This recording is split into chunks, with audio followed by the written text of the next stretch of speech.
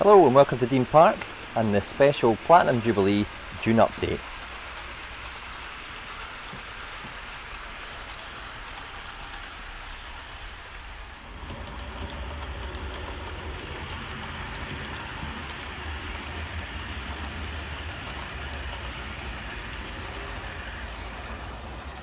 I have an exciting update for you this month, which includes making some significant progress to the completion of the Great Wall. I've finally got the Hornby Class 91 running in an authentic test train with these newly released Mark III sleepers from Hornby. I'll also be covering my final update on these renovated Mark I coaches from Bachmann, which have just arrived back from Everard Junction. And I'll be taking a closer look at the Cavalex TEA, which has just arrived at Dean Park.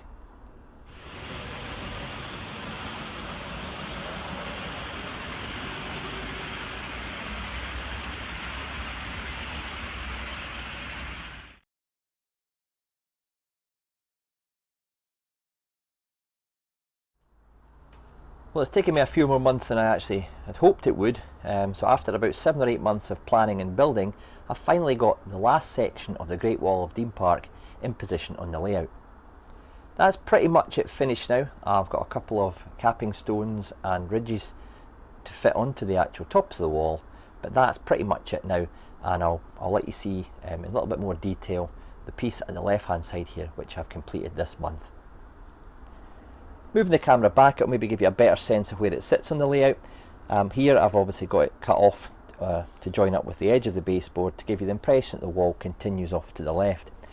I've built this section here, which I'll speak about in a moment, and it just all ties in with the actual red brick at the girder, the same as at the right hand side there, which I installed earlier. Looking around the back of the wall, you'll see I've added some graffiti. This has all been done by me. I'm using a piece of vinyl which I cut the actual letters from, and then I stuck the vinyl to the brickwork before airbrushing it and then peeling it off, and you get a nice sharp edge.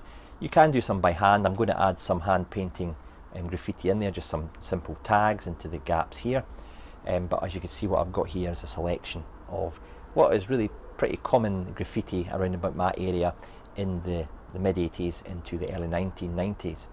At the left hand side here we've got KSC, which was Kirkcaldy Soccer Casuals. I used to see that at the walls around about the station at Kirkcaldy when I used to go on a day trip. We've got RRFC here for Wraith Rovers Football Club, and we've got the SMP logo there, just a generic initials tag. We've got Whiz Scab, which is a phrase that became prominent during the mid 1980s with the miners' strike.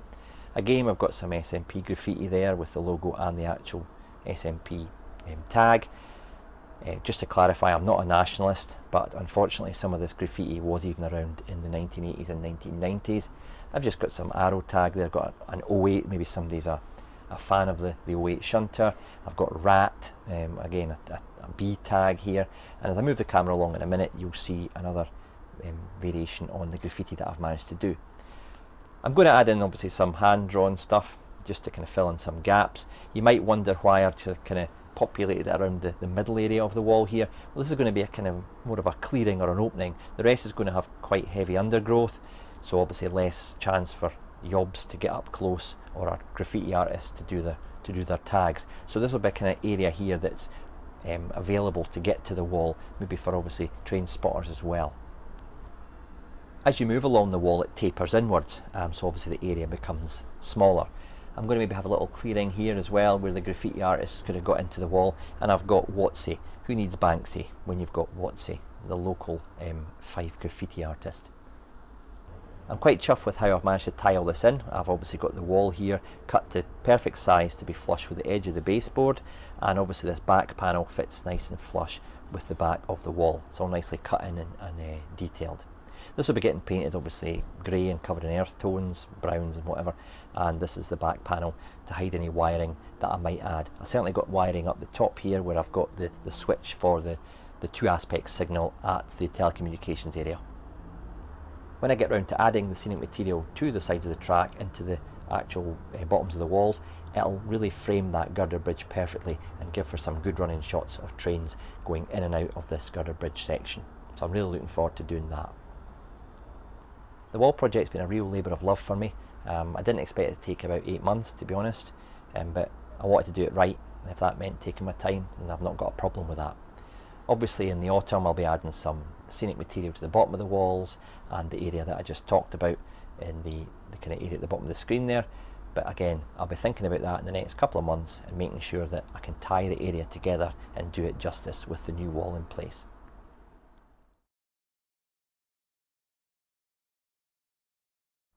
As I mentioned at the top of my video, I've now got an authentic test rake to run with my SWA liveried Class 91. And these come in the shape of the Hornby Mark III sleeper coaches. They're not actually a Hornby tooling, they're a former Lima tooling dating back from the late 1980s, and they've been presented in the original blue-grey livery. You also get the SWA liveried ones, but I felt that the blue ones were more fitting of the time when the Class 91s were in test. Being a Lima tooling, it's obviously not new, so let's have a quick look at it to see how it stands up to today's standards. While not a new tooling, the first impressions are fair. It does replicate the actual Mark III sleeper coach. It just shows you how good a job Lima did back in the late 1980s of capturing the Mark III shape. However, when you start to look a bit closer, you can see how dated the model is and really not worthy of its £44.99 price tag. Looking closer in, I'm pleased to see that Hornby have slightly lightened the shade of their BR blue, and it's more in keeping now with the Bachmann and Hellion shades of this particular colour. The end detail is fairly basic, and Hornby have persisted in using this half white, half black corridor connection paint scheme, as well as a white interconnecting door. Looking at the research and the photographs that I've got, I think the interconnecting doors should be yellow and not white. It's also when you get a bit closer and look at the glazing, you start to really see the model dating. It is a late 80s model after all. Look at the gap between the glazing there, which is part of the roof moulding, and the actual window rim. And it's worse, or it's more obvious, when you look at these windows there. You can see the massive gap there. Alright. Now, when you consider this model is in the same price bracket as the new Accurascale Mark V sleeper coaches, you start to think that maybe this tooling from Hornby's had its day and should be consigned to the bin, and Hornby should be retooling the Mark III sleeper along with the rest of their Mark III coaches. You might well be asking, well Dave, if these coaches aren't up to scratch, why are you buying them? Well, I wanted to run an authentic test train behind the Class 91, and this model is the only one currently available. The test train often ran with 3 to 4 sleeper coaches, sometimes a Mark III Buffy coach, and the Test Car 10 Mark III coach in the rake as well, along with the converted HST DVT. So it really was through necessity that I bought myself some of these coaches so I could run the Class 91 until the Mark IV Swallow coaches get here at some point in 2022.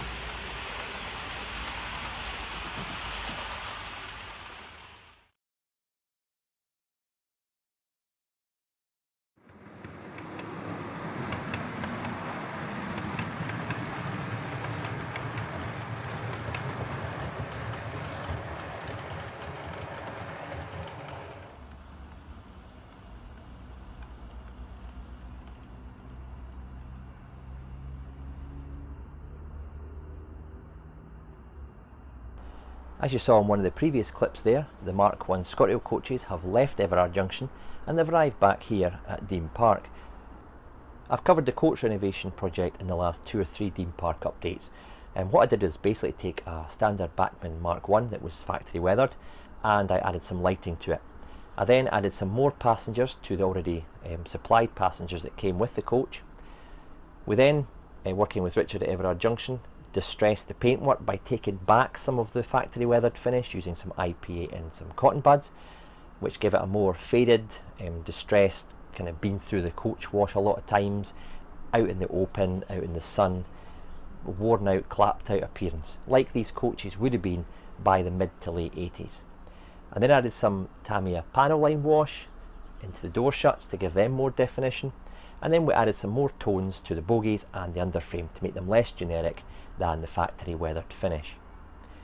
Finally, we took the roof dirt and we streaked it on the roof. You could probably see some of the streaks there coming down from the apex of the curve to give a worn appearance of the fabric of the roof, as well as some dirt streaking down onto the side of the coaches. So really happy with what we've done there. I've taken a decent coach and made it pretty impressive, and I'm enjoying running it behind my Class 27, which was weathered by Alex Carpenter at ABC Workshops. If you have any questions or anything that I've done regarding these coaches, please do get in touch, but you might want to check out the videos that I'll put in at the end of this video, which show the actual process of what I did with these particular products. I've had a few people ask why I didn't add lighting to the guards compartment of this particular coach. There are two corridor brake coaches in the rake. Bearing in mind they came in a twin pack where you got a standard corridor coach and a standard brake coach here as well. So I've kind of duplicated them in the rake, which did happen in real life. I've seen some photographs where there are two of these particular coaches in a train. I have put lights in one of them, not this particular one, but in this one I've added a separate toilet light. So the actual, the toilet looks like it's been occupied at that particular time. And on the other brake coach, I've not lit that toilet window, but I've lit the compartments to the left of it. So I have given a bit of realism and variation with my lighting. Another area where I've improved the coaches is to fit the Hunt Coupling Elite magnetic couplers to the coaches in place of the standard tension lock. It brings the coaches closer together.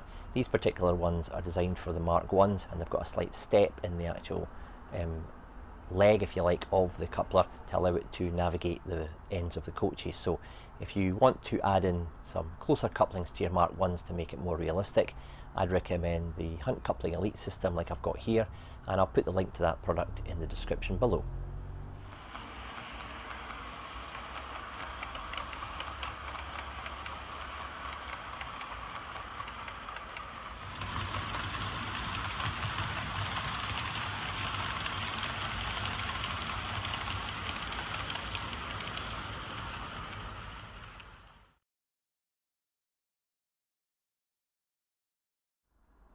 Under close inspection in this video is the newly released Cavalex TEA wagon, which arrived in early May.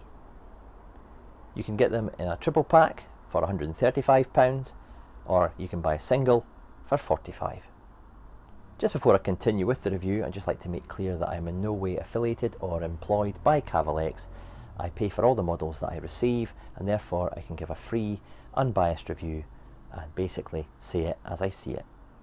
This particular design of TEA wagon, with its continuous soul bar and Gloucester GPS bogies, was not released in 00 scale previously, so Cavalex are the first to do this, and this really fills a gap in the market and complements other bogie tank wagons currently offered by other manufacturers. A little bit of a history lesson before we get stuck in to talk about the model. Back in the late 1980s, these were built by Standard Railway Wagon Company for Total, and these wagons can still be seen on the network today, working from the Lindsay Oil Refinery in North Lincolnshire. Since their introduction back in the late 1980s, these bogie tank wagons have seen use throughout the network, from Wales in the west, the south coast, and right up to the northeast of England. Some examples of the workings of these wagons, as I mentioned earlier, is from the Lindsay Oil Refinery in North Lincolnshire to storage terminals around the country, including Leeds, Bedworth, and Jarrow on South Tyneside. VTG currently own these wagons, are in still operation and can be seen working from Lindsay. In addition, 4 of these tank wagons were also converted to KBA barrier wagons for use with S-stock underground transfers.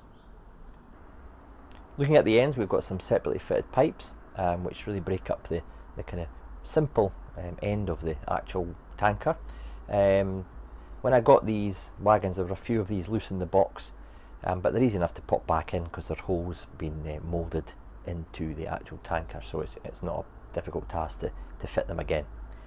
There's some fine moulded detail around the ends of the wagon here, and as you can see, the part coming up from the the actual soul bar there, and we've got ourselves this moulded ladder that makes its way up the side to the top of the wagon, which is where I'm going to look at now. Cavalex have a good reputation for finely etched parts on their rolling stock. My personal favourite is the deck on their BBA wagons, which is stunning, and it's good to see that they've gone to the same effort here with etching the walkway along the top of this tanker. All moulded detail here is excellently designed and reproduced down to the finest details on the hatches. From this angle I can see some of the moulded weld lines on the side of the tank, so let's take a closer look at this area. In profile the wagon looks stunning. Cavalex have really captured the overall shape of the TEA, even down to the conical ends of the tank. The body sits well on the soul bar, but from certain angles you can see the top of the soul bar is painted black. When the flange from the bottom of the tank meets this soul bar, you end up with a black strip running the length of the wagon. Looking at photos that I could find of fairly new TEAs in this particular livery in the late 80s, it looks to me as if this area should be painted grey. It can catch your eye, but it doesn't really detract from the overall appearance of the model. There is actually a flat section present on the real tankers. The soul bar itself is crisp and well defined. That leads me nicely onto the colour and finish of these tankers. The quality of the finish is first class, with the correct shades of paint being applied, and there's no sign of any marks or blemishes on any of the 10 wagons that I got, so it's a big thumbs up for me. The print of the logos and the data panels is also first rate, with not a fuzzy edge or blemish in sight. The bogies are lovely to look at, being painted as opposed to bare black plastic. This really gives them a nice realistic appearance.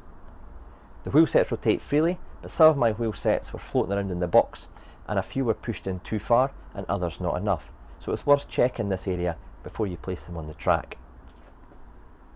The wheels can drop out a bit too keenly, but I understand that Cavalex want modelers to be able to switch out wheel sets for EM and P4 gauge, so that's maybe why they're a wee bit on the loose side.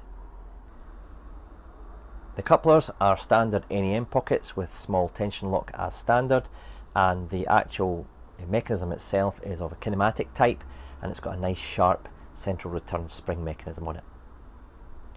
The underframe is really impressive with lots of fine detail. It's also got handbrake wheels that are picked out in white. Whilst looking at detail, it would be remiss of me not to mention some of the nice little variations in detail that these wagons include. So it's really quite nice that Cavalex have put a 3-pack together with a variation actually in the decoration. You can see at the front there is no rail freight petroleum sector emblems or branding there, but the back one has got it. And these wagons, obviously appearing in the late 1980s, were transitioning into the petroleum subsector kind of traffic, so some wagons received this logo whilst others did not. So it's a really nice, clever touch from Cavalex. Right, it's all very well having a lovely wagon to look at and admire, but we've got to see how it actually performs on the track.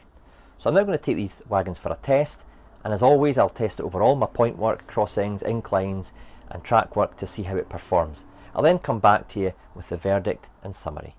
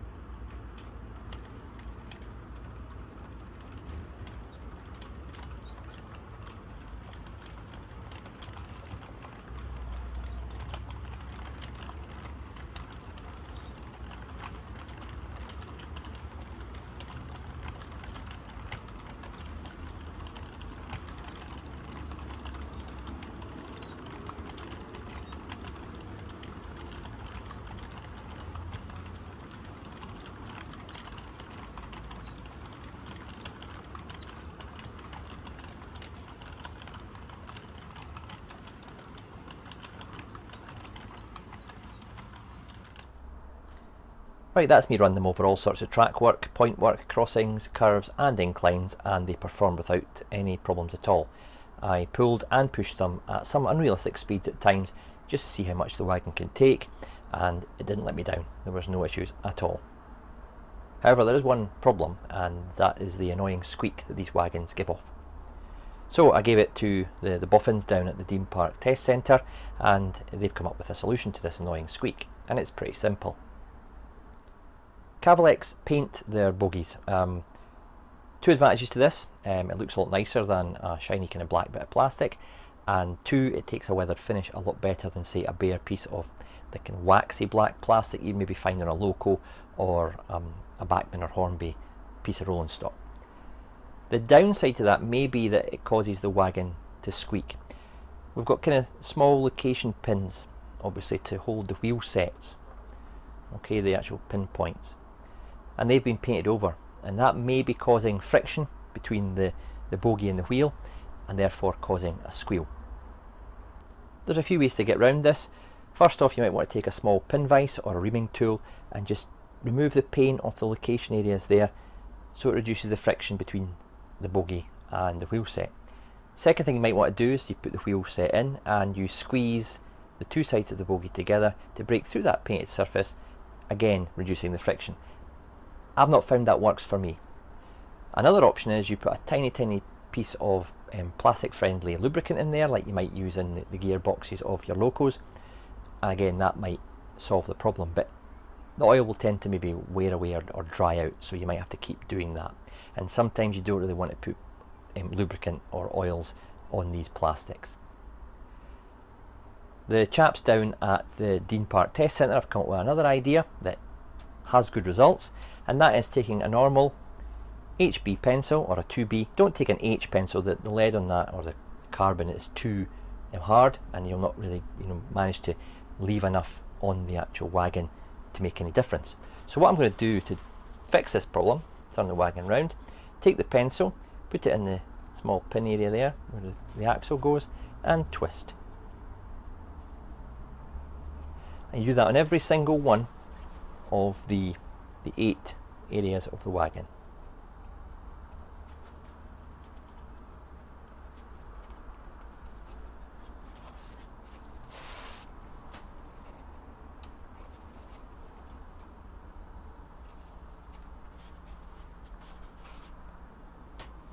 I recently had a sticky door lock, and it was recommended to me that I use some graphite paste. So I used some of that, and I basically just puffed it inside the door lock, and it worked a treat. So the kind of graphite's got a lubricating quality on it.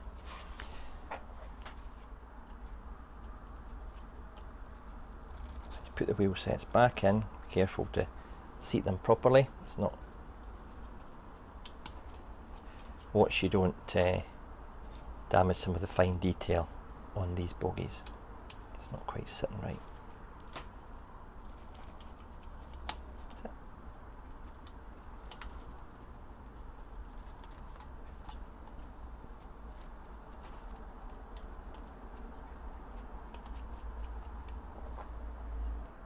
Whilst I've got the models on the workbench, I'm going to point out the back-to-back gauging of the wheel sets. When I got mine, a lot of mine were quite tight, which didn't allow them to behave properly over some of the turnouts at the frog area. It kind of tended to wobble a little bit on that area of the track. So I just took my DCC Concepts back-to-back gauge, a pretty valuable tool I have to say, and just pushed the wheel sets back to the proper gauge so they were obviously correctly spaced. So you might want to check that if you have your TEAs and your running characteristics aren't just spot on.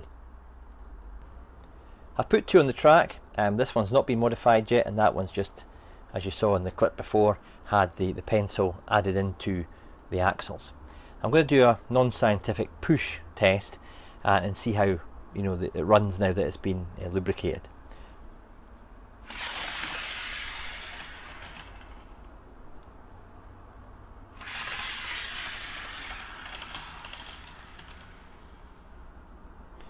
There you can clearly see the one that I've worked on runs freely, and more importantly for me, without a squeak.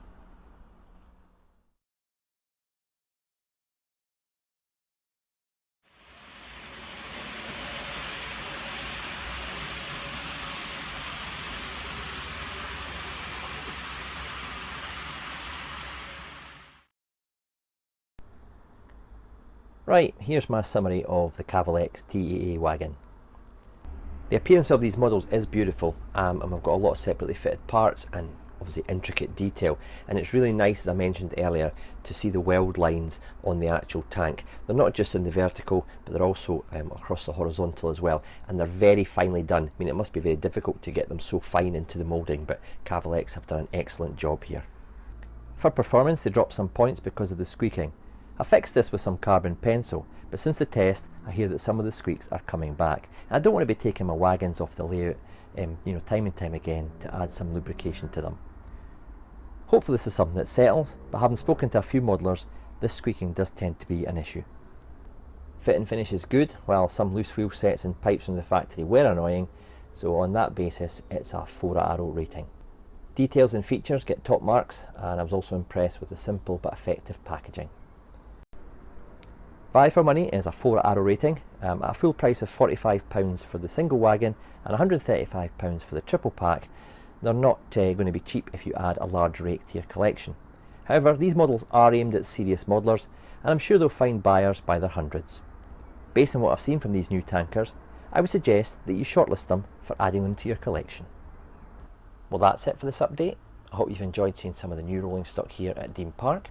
If you've any questions about what you've seen, please do get in touch by posting in the comment section below. In the meantime, stay safe, thanks for watching, cheers for now.